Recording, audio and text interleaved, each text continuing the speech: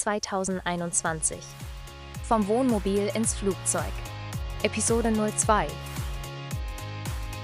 Der Winter wollte einfach nicht enden. Während draußen ein Lockdown den nächsten ablöste, lebten wir bereits in unserem Wohnmobil. Trotz Kälte und Schnee wurden wir ausgerechnet während der gesamten Pandemie kein einziges Mal krank. Wie war das bei euch? Schreibt es gerne in die Kommentare. Als der Frühling kam, sollte unsere Reise endlich beginnen. Wir drehten den Zündschlüssel. Nichts. Das Getriebe war kaputt. Unser Wohnmobil musste abgeschleppt werden und die Reparatur kostete mehrere tausend Euro. Plötzlich hatten wir kein Zuhause mehr und mussten vorübergehend bei den Eltern unterkommen. Doch das war erst der Anfang. Der Wasserschaden war immer noch da. Keine Werkstatt wollte ihn reparieren oder nur für sehr viel Geld. Langsam wurde uns klar, wir hatten ein kaputtes Wohnmobil gekauft. Eine teure Lektion, aus der wir gelernt haben. Keine Wohnung, keine Jobs, ein kaputtes Wohnmobil. War unser Traum vorbei? Beim nächsten Geburtstagskuchen fiel ein Satz, der alles veränderte. Warum halten wir eigentlich noch am Wohnmobil fest? Noch am selben Abend beschlossen wir, das Wohnmobil zu verkaufen und unsere Weltreise anders zu beginnen.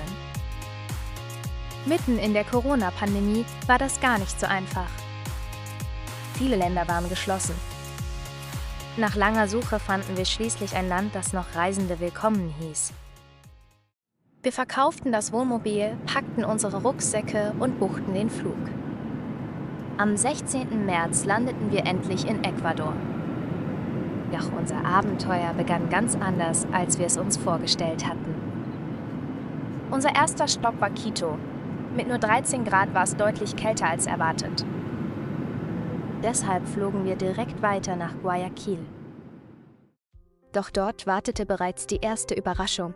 Unsere Rucksäcke waren nicht mitgekommen. Sie lagen noch in Quito. Müde, ohne SIM-Karte und mit teurem Roaming wussten wir zunächst nicht, wie es weitergehen sollte. Zum Glück half uns eine Mitarbeiterin am Flughafen. Sie organisierte, dass unser Gepäck noch am selben Tag nach Guayaquil geflogen wurde. Nach Stunden voller Ungewissheit fuhren wir erst einmal in unsere Unterkunft. Am Abend konnten wir unsere Koffer tatsächlich abholen. Was für eine Erleichterung! Doch kaum waren wir auf dem Rückweg zur Unterkunft, streikte unser neues Reisehandy. Keine Navigation, keine Adresse der Unterkunft und kein Internet. Mit etwas Glück und der Hilfe des Taxifahrers fanden wir die richtige Straße wieder. Als wir das Restaurant wieder erkannten, wussten wir: direkt gegenüber lag unsere Unterkunft. Und erkannten schließlich das Haus. Kaum waren wir in der Wohnung, funktionierte das Handy plötzlich wieder. Bis heute wissen wir nicht, warum. Unsere erste Unterkunft war einfach, aber voller neuer Erfahrungen. Hier gelten andere Regeln als zu Hause. Toilettenpapier durfte nicht ins WC, weil die Abwasserleitungen dafür oft nicht ausgelegt sind. Und dann waren da noch die kleinen Mitbewohner. Schon ein paar Essenskrümel lockten Ameisen an. Auch die Dusche war ungewohnt. Das Wasser wurde über einen elektrischen Duschkopf erhitzt, den man von Hand einschalten musste. Und fast jedes Mal gab es den gratis Stromschlag mit dazu. Unser erstes Ziel in Guayaquil war ganz einfach: einen Supermarkt finden. Klingt leicht, war es aber nicht. Mit einer Offline-Karte und unseren Rucksäcken machten wir uns zu Fuß auf den Weg. Unterwegs wartete dann noch eine Überraschung: eine riesige tote Kakerlake auf dem Gehweg. Zu diesem Zeitpunkt ahnten wir allerdings noch nicht, dass uns in Ecuador noch ganz andere Begegnungen mit diesen Tieren bevorstanden. Mehr als einmal verliefen wir uns. Und bei der tropischen Hitze kam uns jeder Meter doppelt so lang vor. Doch genau dadurch lernten wir Guayaquil kennen. Fast menschenleere Straßen, überall Masken und eine ungewohnte Ruhe. Die Corona-Pandemie hatte auch hier den Alltag verändert. Wir fühlten uns sicher, blieben aber aufmerksam. Es war schließlich unser erster Tag in einem völlig fremden Land. Nach diesem turbulenten Start konnten wir Ecuador endlich entdecken. Masken und Ausgangssperren gehörten zum Alltag. Dazu kamen ständig neue Vorschriften, auf die wir uns immer wieder einstellen mussten. Fast jeden Tag stellte sich dieselbe Frage: Welche Corona-Regeln gelten heute? Die Nachrichten im Fernsehen waren nur auf Spanisch. Englisch sprach kaum jemand und im Internet fanden wir oft widersprüchliche Informationen. Was war aktuell? Was galt überhaupt für unsere Region? Jedes Mal, wenn wir die Unterkunft verließen, war ein kleines Risiko dabei. Manchmal wurde überraschend ein neuer Lockdown verhängt. Und plötzlich standen wir ohne Lebensmittel da. Dann hieß es nur noch: Was machen wir jetzt? Bei einem Spaziergang durch einen Park in Guayaquil entdeckten wir kleine Futterstationen für frei lebende Katzen. Freiwillige kümmern sich dort um die Tiere, versorgen sie mit Futter und Wasser und lassen viele von ihnen kastrieren. So soll verhindert werden, dass sich immer mehr Straßenkatzen vermehren. Straßenhunde gibt es in Ecuador zwar ebenfalls, doch für sie sahen wir keine festen Futterstationen. Sie werden meist von Tierheimen, Tierschutzorganisationen oder hilfsbereiten Anwohnern versorgt. Bei unserem Spaziergang durch Guayaquil wartete die nächste Überraschung auf uns. Mitten in einem Park lagen überall Iguane. Auf den Wegen, unter den Bäumen und sogar auf den Bänken. Anfangs konnten wir kaum glauben, dass sie hier völlig frei leben. Der Park bietet ihnen seit vielen Jahrzehnten ein sicheres Zuhause. Hier finden sie Nahrung, Schatten und werden geschützt. Deshalb sind es heute Hunderte von Iguanen, die den Park zu einem ganz besonderen Ort machen. Sie sind friedlich und meiden den Kontakt zu Menschen. Trotzdem sollte man sie nicht anfassen oder füttern. Es sind und bleiben Wildtiere, die sich am wohlsten fühlen, wenn man sie einfach in Ruhe beobachtet. So nah waren wir diesen faszinierenden Tieren noch nie gekommen. Manchmal sagen Bilder mehr als Worte. Als wäre er der heimliche König des Parks, ruhig, gelassen. Und mit majestätischer Ausstrahlung beobachtete er das Geschehen von seiner Bank aus. Nach der lebhaften Großstadt Guayaquil führte uns unsere Reise nach Puerto López, einem kleinen, entspannten Küstenort am Pazifik.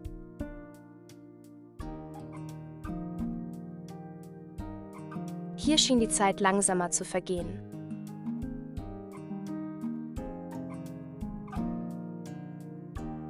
Lange Sandstrände und spektakuläre Sonnenuntergänge bestimmten den Alltag. Die entspannte Atmosphäre war genau das Richtige nach den aufregenden ersten Tagen. Puerto López ist außerdem das Tor zum Machalilla-Nationalpark. Von hier starten viele Bootstouren zur Isla de la Plata, die auch als kleine Galapagos-Insel bekannt ist. Zwischen Juni und September lassen sich vor der Küste sogar Buckelwale beobachten. Für uns war Puerto López der perfekte Ort, um nach dem Trubel der Großstadt erst einmal anzukommen. Hier konnten wir den entspannten Rhythmus Ecuadors genießen. In Puerto López waren wir fast nur zu Fuß oder mit den bunten Tuk-Tuks unterwegs. Für gerade einmal 50 $Cent brachten sie uns überall hin. Jedes sah ein bisschen anders aus und gehörte einfach zum Straßenbild. Auch wenn die staubigen Straßen die Fahrt manchmal zu einem kleinen Abenteuer machten. Anfangs erschreckten uns die vielen Hunde. Sobald wir an einem Haus vorbeigingen, bellten einige laut und liefen uns ein Stück hinterher. Wir wussten nicht, ob sie nur ihr Revier verteidigten oder gefährlich werden könnten. Nach ein paar Tagen merkten wir jedoch, sie kannten uns inzwischen genauso gut wie wir sie. Auch die Häuser überraschten uns. Viele wirkten auf den ersten Blick wie unfertige Rohbauten. Offene Fassaden, kaum Fenster oder Türen. Doch am Abend hörten wir aus den Häusern Musik und sahen riesige Fernseher leuchten. Da wurde uns klar, wie schnell man sich von einem ersten Eindruck täuschen lassen kann. Unsere Unterkunft war einfach. Keine Klimaanlage, nur ein Deckenventilator. Wir fragten uns, hält mir das bei der tropischen Hitze überhaupt aus? Überraschenderweise wehte von der Küste immer ein angenehmes Lüftchen. Von der Terrasse und der Dachterrasse mit den Hängematten konnten wir den Sonnenuntergang, das Meer und die Fischerboote beobachten. 2 Hunde bewachten das Grundstück. Unsere ganz persönliche Security. Das Zimmer war groß und gemütlich. Doch schon am ersten Abend bemerkten wir einen süßlich-modrigen Geruch, den wir nicht einordnen konnten. Wir schoben ihn einfach auf das feuchtwarme Klima. Als es dunkel wurde, entdeckten wir die ersten kleinen Besucher. Fenster und Türen hatten überall kleine Spalten und Lücken. Für Geckos, Moskitos und andere kleine Besucher war das eine offene Einladung. Die Geckos ließen uns noch schmunzeln. Doch mitten in der Nacht wurde aus dem Schmunzeln blankes Entsetzen. Beim Einschalten des Badlichts saßen dort 3 riesige Kakerlaken. Die größten, die ich bis dahin je gesehen hatte.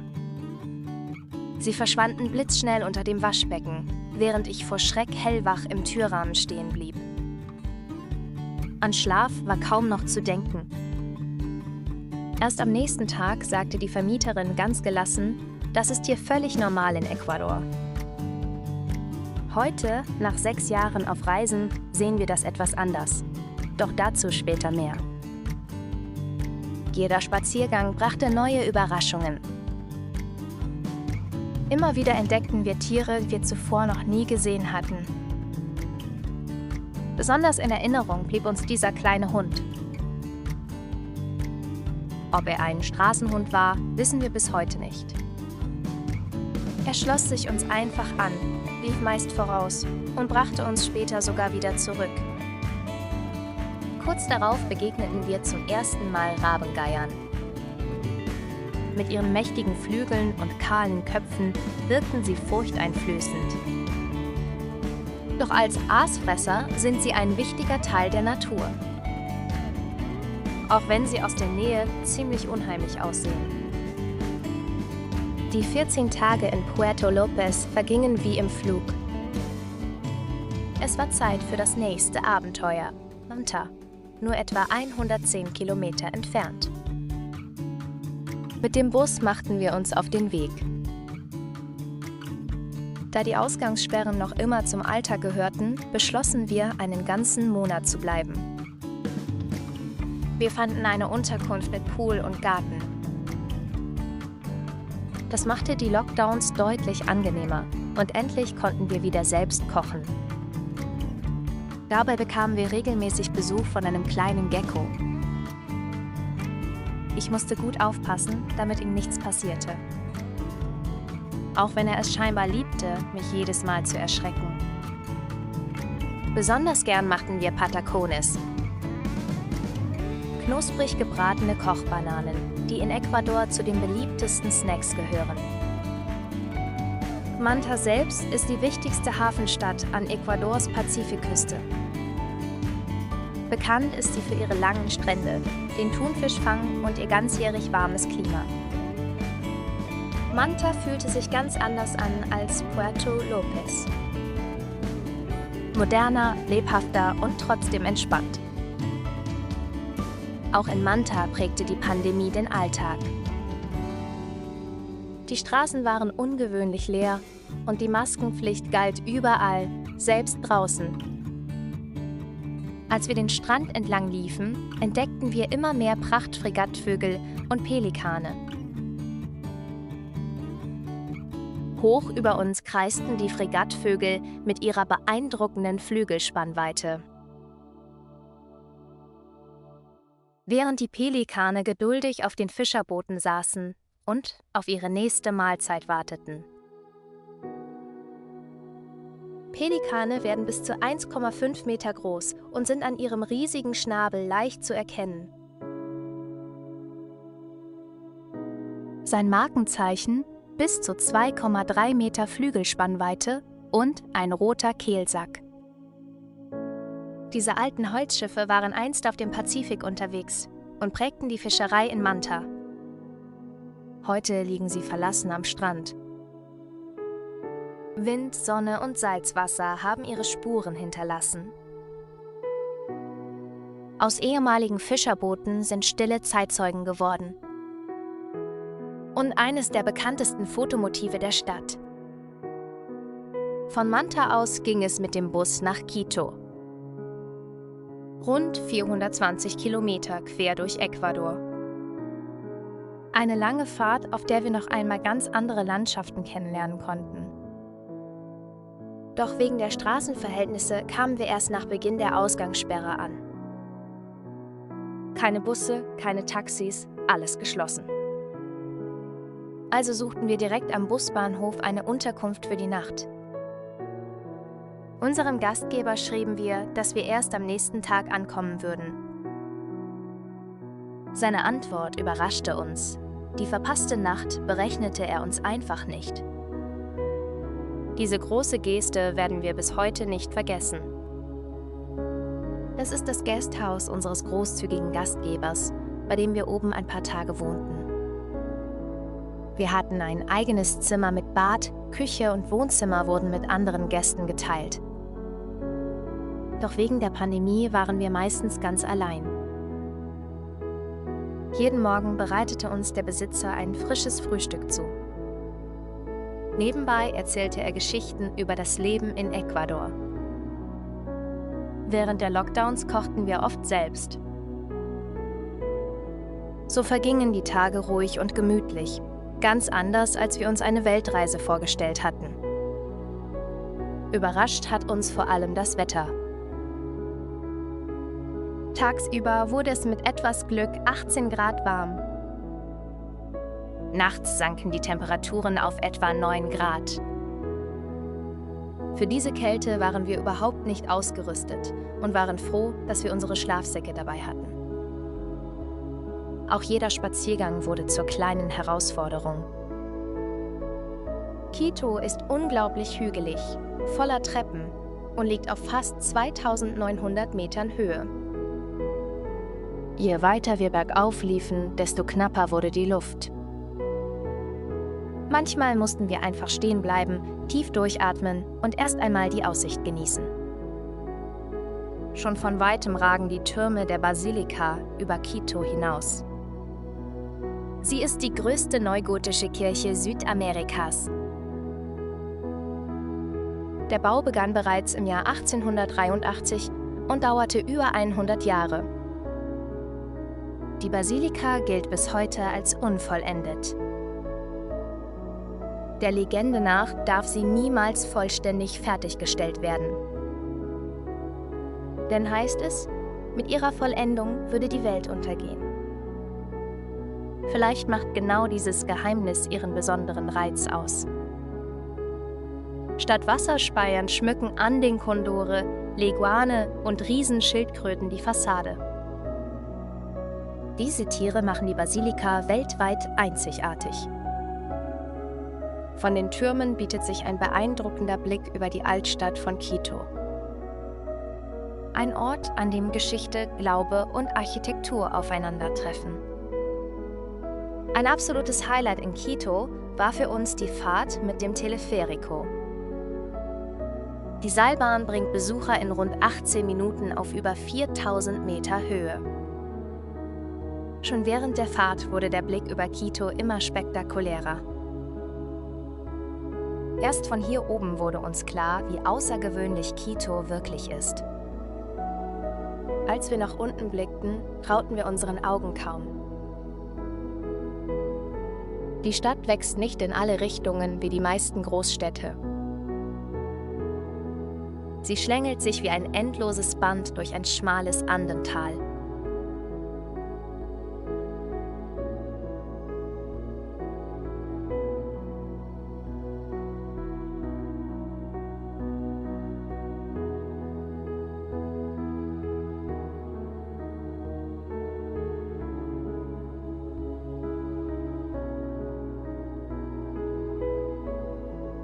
Eingezwängt zwischen mächtigen Bergen und Vulkanen. Von hier oben wirkte es, als hätte die Natur ihr genau diesen schmalen Platz zum Leben gelassen. Oben angekommen ging es für uns zu Fuß weiter. Mit jedem Schritt merkten wir, wie dünn die Luft wurde. Selbst kleine Pausen waren plötzlich willkommen. Natürlich durfte auch die berühmte Schaukel nicht fehlen. Hoch über der Stadt zu schaukeln war ein unvergessliches Gefühl. Das Schönste war aber die Ruhe. Wegen der Pandemie waren nur wenige Besucher dort. Keine Warteschlangen, kein Gedränge. Nur wir, die Berge und die Natur. Manchmal fragten wir uns zwar, ob wir überhaupt noch auf dem richtigen Weg waren. Doch genau das machte dieses Abenteuer so besonders. Mitten in der Millionenstadt Quito fanden wir einen Ort zum Durchatmen, den Park La Carolina. Wegen der Corona-Pandemie war der Park fast menschenleer. Für uns war das einerseits unglaublich entspannend, andererseits wirkte diese Stille fast schon ungewohnt. Zwischen Palmen, großen Grünflächen und einem kleinen See schien der Trubel der Stadt plötzlich ganz weit weg. Hier konnten wir einfach einen Moment innehalten und Quito von seiner ruhigen Seite erleben. Unsere Reise führte uns von Guayaquil über Puerto López und Manta bis nach Quito. Doch unsere Zeit in Ecuador neigte sich langsam dem Ende zu. Jetzt stellte sich die große Frage: Welches Land ließ mitten in der Pandemie überhaupt noch Reisende zu? Die Antwort darauf sollte unsere Reise erneut auf den Kopf stellen. Doch bevor wir Ecuador verlassen konnten, wartete am Flughafen noch eine Überraschung, mit der wir niemals gerechnet hätten. Willst du wissen, was passiert ist und ob wir Ecuador am Ende verlassen konnten? Das erfährst du im nächsten Video. Danke fürs Zuschauen.